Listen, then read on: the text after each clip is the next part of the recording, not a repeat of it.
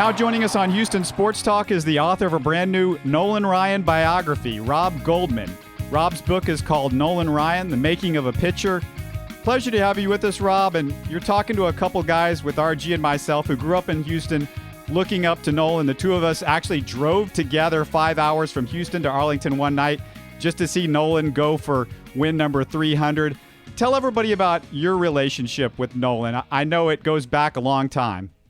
I first met Nolan. I met him as a fan in 1970 at the Shamrock Hilton in Houston, where the Mets were staying, and I had everybody on my ball. I had signed, got autographs from everybody on the team but Nolan, and I was wondering why I couldn't find him. And turns out, he lived in Alvin, so he wasn't with the team. So finally, the last day of the homestand, I got wind of it, and I knocked on his door, and Ruth Ryan answered, and she was just nice, and Nolan was as polite as ever. And I was only 12 years old, but I was very struck by their compassion, their empathy for a young fan. 2 years later, I was hired as a substitute bat boy for the California Angels. That was 1973.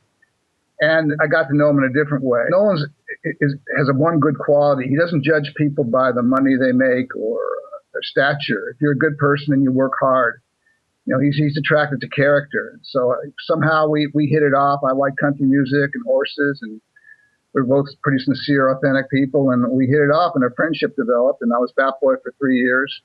And I took off and chased a girl, and I came back later with the Angels, and we established the friendship again. And I've known him ever since, the early 70s. And so it's been a long, wonderful relationship, not just with Nolan, but with Ruth, Reed, and Reese, the whole family.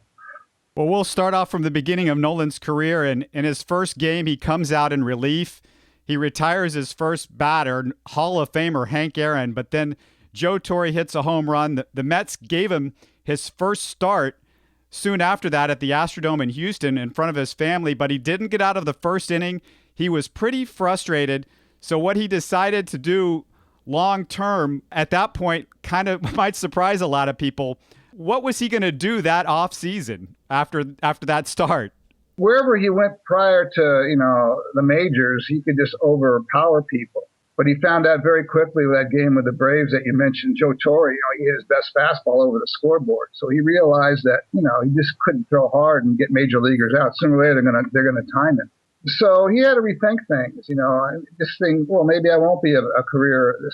This thing may not last too long. So he had to go back to Alvin Community College and take classes. He was looking to be a veterinarian, work with animals, with cattle or dogs, a veterinarian. And he also pumped gas and did odd jobs, worked installing air conditioning one off season. So he realized it was no slam dunk. And that's kind of a characteristic of Nolan. He doesn't take things for granted. That's part of the reason for his big successes, because this made him bear down harder and work harder. He actually was going to quit a couple times, but Ruth talked him out of it. But it was not, what you point out is correct. It was not an easy road. It took 5 or 6 years for him to get the mechanics and get the conditioning and get the fundamentals down, become the Nolan Ryan that we know today. One of the big revelations in the book for me was that during his first few years of his Mets career, Nolan was doing 2 to 3 week summer stints in the Army Reserves. As you point out, that was one of the reasons why this wild young flamethrower had trouble becoming a consistently good pitcher. Explain, if you would, why he ends up in the reserves to begin with. That was during the Vietnam era. Young guys were getting drafted all the time and going to war, and they weren't coming back. So the Mets had a deal where, for the better or worse, if one of their players got drafted, they could finagle it so they just work on do reserve work and not go overseas. So Nolan got in on that. The downside was, like you said, he couldn't get in any condition. He couldn't get the pace. And that, on top of not getting the fundamentals from pitching coach Rube Walker and having a little bit of a rocky relationship with Gil Hodges, those 3 factors, plus that he hated New York, so there's 4 factors, probably was the primary reasons why he didn't cut it in New York. It wasn't until he got to Anaheim in 1972 where things were a little bit more lax. He got the training from pitching coach Tom Morgan. The Army Reserve thing was over, so he knew he was going to be in town every month, and that's when things really started to change. The Mets organization, they often get ridiculed for trading Nolan Ryan away, but really this was the best thing for his career. to go to an organization like the Angels where he could become that starting pitcher that we know is the legend Nolan Ryan? It just wasn't going to happen in New York. As you could see, all these things coming together, these elements were going against him. Plus, you got to realize at the time, the Mets were very pitching-centric. Gary Gentry, Tom Seaver, Jerry Koosman, Tud McGraw, Jim McAndrew. If you don't get it together and you crack the starting staff, you're not going to get a shot at it. And that's exactly what happened to Nolan. And he saw it. Plus, like he said, he was living in an apartment in Queens. He was miserable. And he told Ruth at the end of the year, 71, look, if I don't get out of here, I'm going to quit baseball. And so Ruth said, well, let's give it another shot. And that's when Nolan went to the general manager, Bob Schkepping, and said, yeah, he requested the trade. It wasn't the other way around. Nolan requested that trade. And, of course, that offseason, he was traded to the Angels. And at the time, he was traded for a pretty good shortstop, Jim Fregosi. So at the time in Southern California, we were in uproar. We didn't think, well, why are we trading Jim Fregosi for this part-time starter? Of course, nobody realized at the time that Nolan Ryan had all that potential. And that's exactly what happened. He got to spring training. Pitching coach Tom Morgan worked with him, got his fundamentals and mechanics in check. He worked with Jimmy Reese, the conditioning coach, and worked on his legs. He discovered the Universal Gym, a little weight room we had in the basement of the Anaheim Stadium clubhouse. And things really started to come together, and they came together very fast. And all of a sudden, it looked like it was the worst trade in Major League history. But at the time, guys, it would look like it was the other way around. It looked like the Angels got the worst part. And he was really able over that period, too, because the Angels were a below 500 club for most of his time there in Anaheim. And he really got an opportunity to pitch and to, again, like break Sandy Koufax's single-season strikeout record and to become that dominant pitcher that we know. Yeah, he was allowed the chance to succeed. Where in New York, he had one bad outing and he was banished to the bullpen again. And in Anaheim, they had nothing to lose, So they gave up Jim Fregosi for him, so they're going to stick with him, And that's exactly what happened. The first part of spring training in '72, it wasn't even for sure he was going to be on the starting staff. Manager Del Rice decided to stay with him, and it took him even a while in Anaheim to get on track. But boy, when he got on track. Like you said, in 1973, he broke Sandy Koufax's single-season strikeout record of 382. No one got 383 on the last game of the season, which I go into detail in the book. But it really wasn't an overnight success. A lot of things had to come together for Nolan. And his perseverance and plus Ruth Ryan's insistence that he not quit, that's very important to remember. Those were two factors that must be considered when you look at the career of Nolan Ryan. People think of Nolan Ryan as old school and maybe old fashioned, but in reality, what he did with his training and his openness to trying new things was very cutting edge, particularly working with Dr. Gene Coleman while with the Astros and Tom House with the Rangers. Can you give a couple of examples of the techniques he tried that really became revolutionary? You hit it on the head. We look at Nolan, he's the conservative, this and that, but no, he's in a sense revolutionary. He's very curious. And like I said, he discovered that weight room. It was the old school Universal Gym back in 1972. It just had a 10-station deal. And you got to realize before that, very few pitchers touched weights. So he had to do this on the sly. He had to sneak in there because if they found him, they'd probably find him. They'd definitely take that machine away. So he was doing that on the sly. We snuck him a key. The trainer gave him a key so he'd have his own access. And that was the first revolutionary thing he did, was pitching with weights. He found that after the seventh inning, he became stronger. Then in 1973, we had a stretching coach. The first time stretching was established as a team deal. So he got in on that. All of a sudden he was putting his leg over his neck. I mean, he was that limber. When you get a guy that strong and that big, that kind of ability to stretch, you're going to really, really overpower the ball. So there was two things there. Then, of course, when he got to Houston, like you mentioned, Dr. Gene Coleman, he was a professor at the University of Clearwater. And he was a cutting edge. He was the first guy to have Nautilus in the gym. He was always doing chart work. The first guy to put a speed gun in Nolan. One of his most important techniques was Nolan had a real bad time with his ankle joints and his back joints because he's bow-legged. So Gene Coleman talked to the track coach at the University of Texas, Dr. Blackwell, James Blackwell, and he said, yeah, I condition my kids in the swimming pool. In other words, they tether them down onto the diving board, and they have them put a stopwatch on them and a snorkel and a mask, and they do their wind sprints in the water. That was great for Nolan because now he could get his aerobics in without jarring up his joints. And he did that from 1983 on, all the way through the rest of his career. He was sneaking into pools on the road at 6 a.m., making arrangements at the local YMCA. But swimming was an integral part of his conditioning. Then when he moves on to Texas, he meets Tom House, which is a disciple of Doc Coleman. And Tom had just come home back from Japan. He had all these different, the towel exercise. He had guys pitching on the flat part, not pitching on the mound where they pitch where it's flatter, where you warm up quicker. He had guys throwing footballs. So the combination of Tom House and Gene Coleman, they're a big part of Nolan Ryan's ability to pitch as long as he did. Nolan always gravitated towards the smartest person in the clubhouse. And it was just lucky and fortunate he had these guys where they were during that time of his career. After all these years, it's still mind-boggling that two organizations let Nolan Ryan go when he wanted to stay there. First with the Angels after the 1979 season, and then with the Astros after the 1988 season. Nolan had different relationships with the owners, calling the Angels, Gene Autry, as good an owner as there is in baseball. With the Astros, Dr. John McMullen, it was always distant. Can you explain the personalities of both of these owners and how their different handling of the situation ultimately led to the exact same result of Nolan leaving town? Like you said, Gene Autry, he was Nolan's favorite owner. He was just a good, decent person. The problem with Gene, he delegated all the power to his baseball people. So he was hands off. That's just the way he worked. So he gave all the power to Buzzy Vivasi, the general manager in 1979. He said, go, let Buzzy figure it out. Now, Buzzy Vivasi is old school. He was, he worked with Drysdale and Koufax and he ushered in Jackie Robinson. He's used to calling the shots.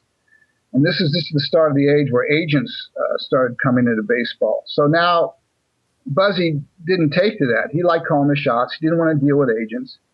So that was the problem. The problem wasn't Autry versus Ryan. Had Autry known about all this and he was going to lose him, he probably would have just gave him whatever he wanted.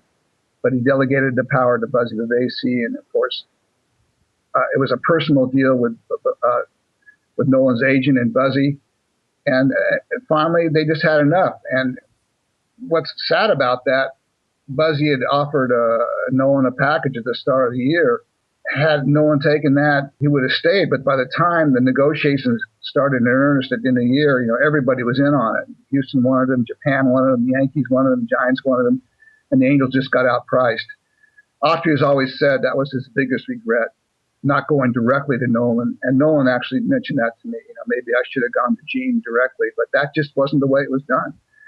Now with Houston, John McMullen was kind of the opposite of Gene Autry. He was not personable. He was a good businessman, but he was just kind of cold. And he too delegated some of his powers to his general managers. At the time Nolan left in 1988, there was 3 or 4 pitchers making more than he was. I think, Mike Scott, Joe Niekro, they're all making more than Nolan. Nolan just had that basic $1 million per year. But by the time it was 1988, everything had changed. And Nolan just wanted to keep up with the other guys. He wasn't demanding a lot, but again, these guys held the line. They said, no, we're going to pay you.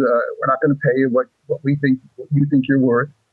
And they challenged him basically go to free agency because they didn't believe that anybody else would pay. Of course, there was a lot of suitors, particularly Gene Autry came back in the fold. He wanted him back. And of course, the Rangers, once they realized that there was some, things weren't going smooth in Houston, that they jumped on it. General manager Tom Reed got wind of it, and the Texas owner at the time said, get Nolan, I don't care what it costs. Because they realized the value was not just in one loss, but what he brought to a team. He anchored the staff. Every 4 days, you're going to pitch the major league strikeout leader. Anybody who ever played with him says, he just elevated the entire team. So, what you said is true. People underestimated Nolan. And even today, like you say that, not just when he was a player, but I think the Texas Rangers underestimated him. They let him go. They listened to John Daniels and Ray Davis and him got together and they kind of edged Nolan out. So now where's Texas in the standings? Now Houston's kind of up and coming. So history shows that you don't underestimate Nolan Ryan because it usually comes back to haunt you. You write throughout the book about what a family guy Nolan was, and I think we all know that. The best example in the book really was when his son Reed, who of course is now the Astros president, was just 9 years old. He's nearly killed in a car accident out in California. Tell us a little bit about that incident and how Nolan responded to that. Well, yeah, you're right. It was summer of 1979. Reed was he was showing off his new Little League uniform. He was just a little kid, and he was running down the street, and some of the neighborhood bullies started chasing him. They wanted to take the uniform. They were jealous, and they started chasing him down the street, and he ran him right into a car, which was turning right into his house. And it took out Reed, and he lost one of his kidneys and his spleen, very nearly died, shattered his leg.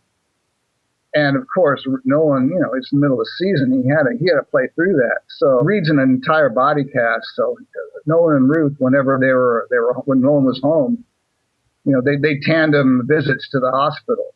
And Nolan would go early, and then Ruth would come in around 2 or 3 o'clock when Nolan went to the ballpark. But they did this for the entire summer. On the road, Nolan would he'd come back. He'd get souvenirs from every team, and he'd come back to the hospital and give them to Reed. And kind of another sidelight to that, whenever he visited the children's hospital, there was a lot of kids worse off than Reed were. And Nolan befriended some of these kids that were had chronic illnesses, cancers and stuff that he'd give them gifts to, and sometimes he'd never see them again. They would die. But it just showed you his devotion. Like you said, families first. He would not have played as long as he did without the okay with Ruth and the kids. And at the end there, he always brought them aboard. He let them be bat boys and brought them to the clubhouse. And that's one of the reasons of the frictions they had with Houston. Dr. McMullen says no kids in the clubhouse except on Sunday. Well, that really irked Nolan. So that was another reason why he wasn't happy with Houston. Speaking again of family, in the book you mentioned that it would be impossible to overstate the importance of Ruth Ryan to her husband's career and success. Nolan seemed to glean something from different sources throughout his life, whether it was the work ethic from his father, the importance of conditioning from Dr. Gene Coleman, or the dedication to the pitching craft from Tom Seaver. Knowing Ruth and Nolan like you do, what would you say is something he has gleaned from Ruth that has helped to define the Nolan Ryan we know today? Nolan's always said, the smartest thing he ever did was marry Ruth Ryan. She's a very unique person. Not only she's lovely and a great personality. It's interesting. Some people say that she's a little bit more competitive than Nolan. She was a great tennis player in high school, and she forego a college tennis, playing college tennis to stay with Nolan and back him throughout his minor league career. She was really the driver. She was always there for him. They have a very unique relationship. He'd call her 4 or 5 times every day on the road. There was no carousing with other girls. If he went out and just had dinner and watched a movie. But, he wasn't like some of these other guys. But she, like I said, she was the driver. She kept the home fires going. And there was two times I know for sure where she said, he was very seriously thinking about quitting. Once with the Mets, another time in '72 there was a players' strike in the spring of '72. And the Ryans, they were pretty much broke. And Nolan says, this goes on another week. I got to get home because Reed was just born, so he had to support a family. And Ruth says, no, let's give it another week or so. And so he stuck it out. So without Ruth Ryan, there would be no Nolan Ryan as we know. She was his rock. Nolan's a very stoic, strong person, but I don't know where he'd be without Ruth Ryan as far as his baseball career. In the book, I say, this is not just a baseball story; it's a love story.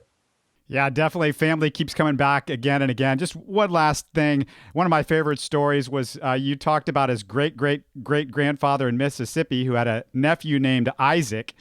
And what happened to Isaac? That's a fantastic story. Yeah, and not a lot of people know this. In fact, Nolan didn't know. I think a few of his family members did. His sister didn't know. I think his older brother knew. But like you said, his great-great-great-great-grandfather had a brother who had a son named Isaac Ryan. They were out of Mississippi, and they were friends of a frontiersman named James Bowie, founder of the Bowie knife. And Jim Bowie said to Isaac, well, there's some struggles going on in Texas. Maybe we could use some good fighters. He knew Isaac was tough. Isaac volunteered in this militia group, and they sent him right to San Antonio. And he was there on the north wall of the Alamo on March 6, 1836. The north wall had a breach in it, and that's where Colonel Travis was positioned, because it was the toughest part to guard in the whole fort. So there was actually Isaac Ryan, who died that morning at the Alamo in 1836. So you talk about Texas roots, and you talk about a Texan. I don't think you're going to get any more Texan than having a relative die at the Alamo. But that Isaac Ryan is direct relative of Nolan Ryan. Yeah, a couple of Texas legends for sure. You've been listening to Nolan Ryan biographer Rob Goldman talking about his brand new book, Nolan Ryan, The Making of a Pitcher. If you go to our website, HoustonSportsTalk.net, we've put up an excerpt from the book and a link to purchase a copy. It's a must-read for any Nolan fan, or for that matter, Angels, Rangers, or Astros fan. Thank you so much, Rob, for taking the time to join us. It was a real pleasure. I enjoyed it, guys. And anybody who respects Nolan as much as you do and appreciates him, I'll talk to him all day. And I hope fans get a hold of this, because you learn a lot, not just about Nolan as a pitcher, but about his character. Yeah, thanks, Rob. Great book. Check out more of our interviews and podcasts on HoustonSportsTalk.net.